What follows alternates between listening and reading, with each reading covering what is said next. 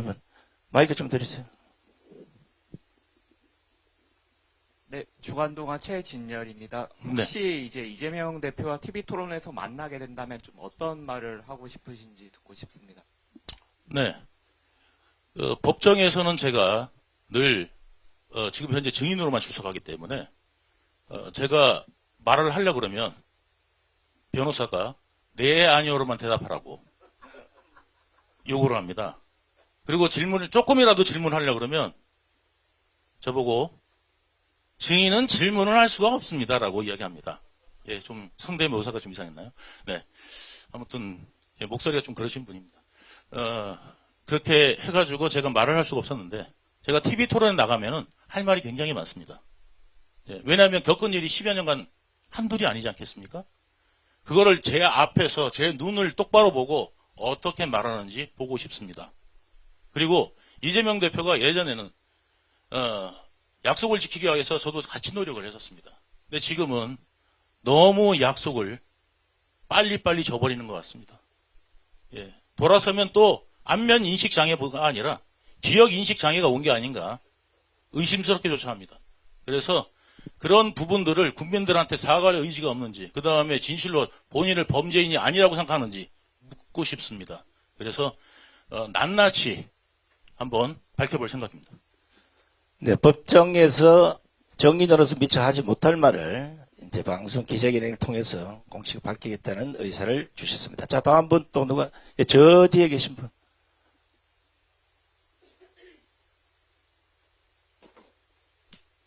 쿠키뉴스 윤성호입니다. 네. 그 입당 과정에서 혹시 이제 국민의힘 쪽에서 뭐 따로 연락이 왔던 건 없는지 한번 물어보고 싶습니다. 국민의힘 쪽에서 뭐 연락이 온 적 없습니다. 네. 네.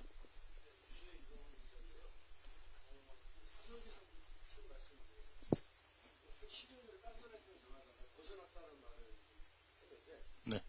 그 말이 의미가 어떤 것인지 좀 구체적으로 좀 설명 좀 해주십시오. 원래 이제 어떤 정당이나 혹은 참모를 하게 되면 자기 스스로를 갖다가 세뇌하는 경우가 많습니다. 저 또한 그 세뇌로 인해서 제가 너무 깊숙이 발을 들인 것 같습니다. 그리고 큰 죄를 지었습니다. 그리고 저는 그게 양심에 계속 찔려왔었습니다. 감옥에 있는 내내 어쩌면 감옥이 제일 편했을지도 모르겠습니다. 바깥의 사회생활을 하면서도 계속 그것이 양심의 가책으로 느껴왔고, 그것이 저 또한 제가 책임져야 될 무게로 느껴왔습니다. 어저께 제가 고 김문기 씨 집에 갔다 왔습니다. 부인분을 만나고 왔습니다. 3년의 시간이 지나면서 가장을 잃어서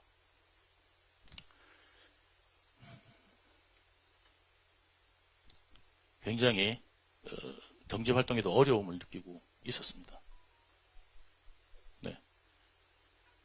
저는 근데 그 이야기를 들었습니다. 이재명이 쪽에서 거기도 변호사를 보냈답니다. 참고인 신분에서 변호사가 갈 이유가 없습니다. 피의자로 부른 것도 아니고 참고인이 왜 변호사가 필요하겠습니까? 이 김문기 씨, 왜 극단적 선택을 했을까? 저는 김문기 씨가 저한테 이렇게 물어본 적이 있습니다. 어떻게 물어봤냐면, 이제 좀 눈치가 이상하니까 자기한테 사실을 말해달라. 돕겠다. 무슨 일을 하시든 돕겠다. 저한테 오더를 내리실 수 있으면 말을 해십시오. 저 못 믿습니까? 이렇게 이야기를 하더라고요. 제가 그때 김문기 씨한테 뭐라고 그랬냐면, 당신은 몰라도 되고 알 필요도 없고, 그리고 당신은 할 일은 성남도시공사를 위해서 열심히 일하는 거다. 그리고 최선을 성남도시공사의 이득을 위해서 최선을 다해서 뛰는 것이 당신의 일이다 라고 제가 말을 해준 적이 있습니다. 그래서 그분은 아무 내용도 몰랐습니다. 검찰이 불렀습니다.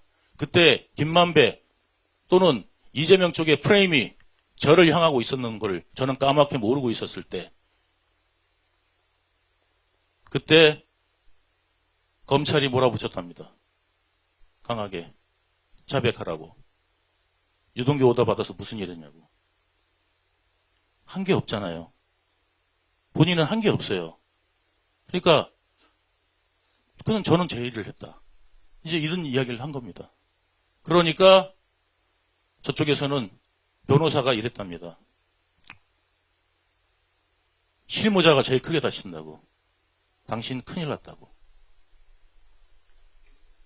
그분이 변호사로부터 자기를 변호해 줄 줄 알고 온 사람으로부터 절망적인 말을 들었을 때, 아무것도 한 게 없는 사람이 그 말을 들었을 때 심적으로 어떤 고통이 왔겠습니까?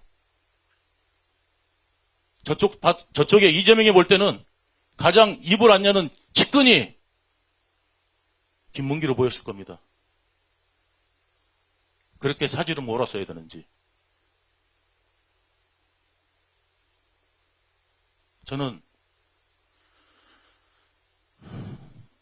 최선을 다해서 이번 선거 임할 겁니다.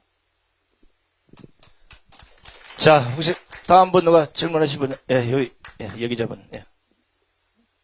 덕팩트 김세정입니다. 네. 지금 국민의힘에서는 원희룡 전 장관이 뛰고 계시는데요. 혹시 네. 나중에 단일화도 염두에 두고 계시는지 궁금합니다.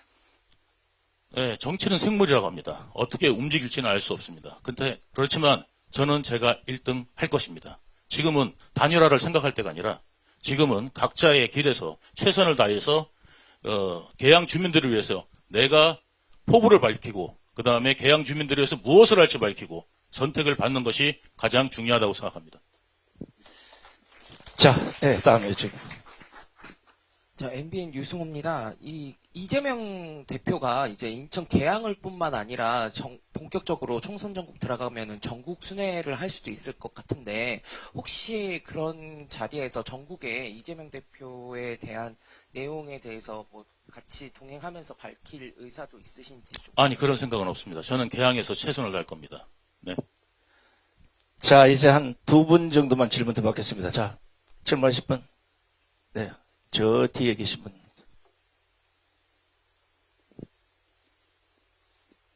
예, 기독인만 전 대통령, 건국 대통령과 박정희 대통령, 그 다음에 기독교 입국론을 바탕으로 한 정당을 표명하고 있습니다. 요거에 대해서 본인은 어쨌든 정당에 입당을 하신 거기 때문에 그 부분에 대해서는 어떻게 각오를 하고서 입당을 하신지 그 배경을 좀 묻고 싶습니다.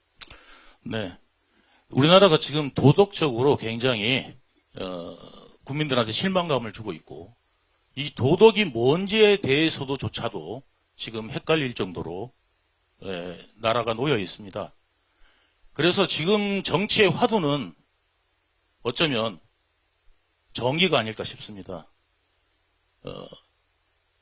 기독당을 표방하고 그리고 거기에 기치 아래 모여 있는 자유통일당, 극우라는 명칭으로 많이 평가되었지만 극우라는 말을 쓰려면 거기에 행동에 따르는 혁명을, 그러니까 말하자면 무력이 수반돼야 되는데 여기는 무력이 수반되어 있지 않기 때문에 극우라는 말은 가짜 언어입니다. 예. 여기는 그냥 보수 정당일 뿐이라고 저는 생각합니다. 우리나라에 처음에 걸어왔던 길, 건국을 하고 걸어왔던 길, 그 길을 묵묵히 걸어가고자 하는 기독교인들과 그리고 여러분들이 이뤄낸 땀의 결과라고 저는 생각합니다. 그래서 저는 자유통일당이 앞으로 국민들한테 많은 사랑을 받을 거라고, 진심을 얻을 거라고 저는 생각합니다.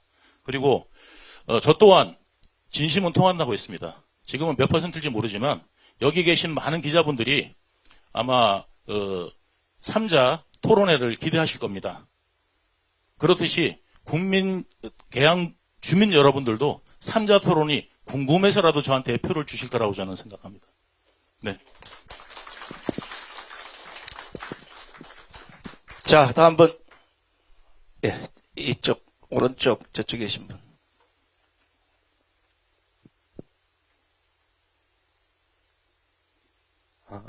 신동아 박세준입니다. 네. 다름이 아니라 아까 보수정당으로 일단 출마를 하신다고 하셨는데 네. 그리고 보수정당 원희룡 전 장관과 그다음 대표님 양계 구도가 되고 그다음에 이재명 대표가 올라오게 되는데요. 이렇게 됐을 때 보수정당 표가 분산돼서 이재명 대표에게 유리해질 수 있다는 분석도 있습니다. 이 부분에 대해서는 어떻게 생각하시는지 한 말씀 부탁드립니다. 네, 같은 보수를 포방하더라도 분야가 서로 다르다고 생각합니다. 분야가 서로 다르고 그리고 국민의힘에서 실망하신 분들도 존재할 수 있고요. 그리고 지금 민주당도 지금 이제 제3지대에서 지금 나올 거고 뭐 3지대가 만들었는데 개항을 빠지지는 않을 거라고 저는 생각하고요.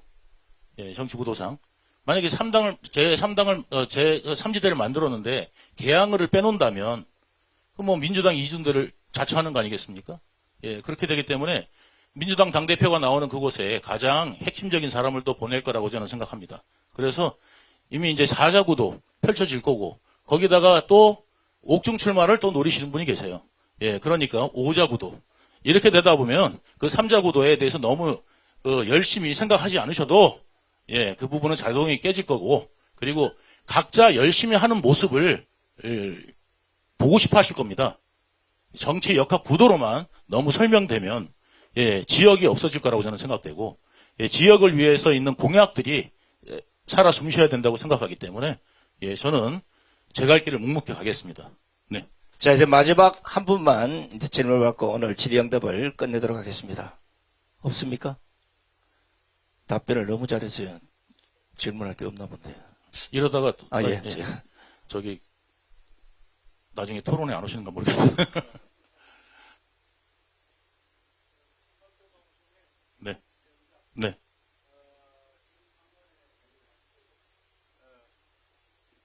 이 부정선거 때문에 계속 이슈가 돼갖고 지금 뭐 여당 비대위원장도 어저께 언급하고 그런데 우리 유동규 우리 대표님 보시길래 후보님 보시기에 부정선거를 어떻게 보시는지 마지막 제가 질문을 하는 겁니다. 네, 저는 뭐 제가 아는 부분만 말씀드릴 수 있고요. 그 부분에 대해서는 제가 어떠한 그 정보가 없습니다. 그리고 이제 확인한 바도 없고 그렇기 때문에 제가 쉽게 말씀드리기 어렵지만 많은 국민들이 이 부분에 대한 의혹이 있다면 당연히 국민들의 의혹을 해소하는 차원에서도 그러면 공정하게 하는 선거는 도대체 어떤 선거일까라는 부분에 대해서 공론이 필요할 것이고 그리고 그에 따라서 마땅히 선거는 치루어져야 될 거라고 생각합니다.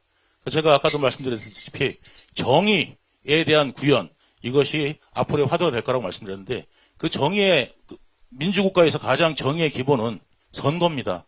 그 선거가 투명하게 이루어지지 않으면 그 민주라는 것은 없다고 생각하기 때문에 그 투명한 경쟁에 있는 그 선거를 치르는 것은 가장 기본적인 겁니다. 그래서 이 부분은 저희 당 차원에서도 만약에 문제가 있다면 같이 협력해가지고 이 부분을 논의할 생각입니다. 네, 감사합니다. 자, 그러면 질의응답은 이것으로 모두 마치도록 하겠습니다. 참고로 이제 저도 한때 신문법을 먹어서 제가 유동규 대표에게 살살 물어봤더니 특종거리를 상당히 많이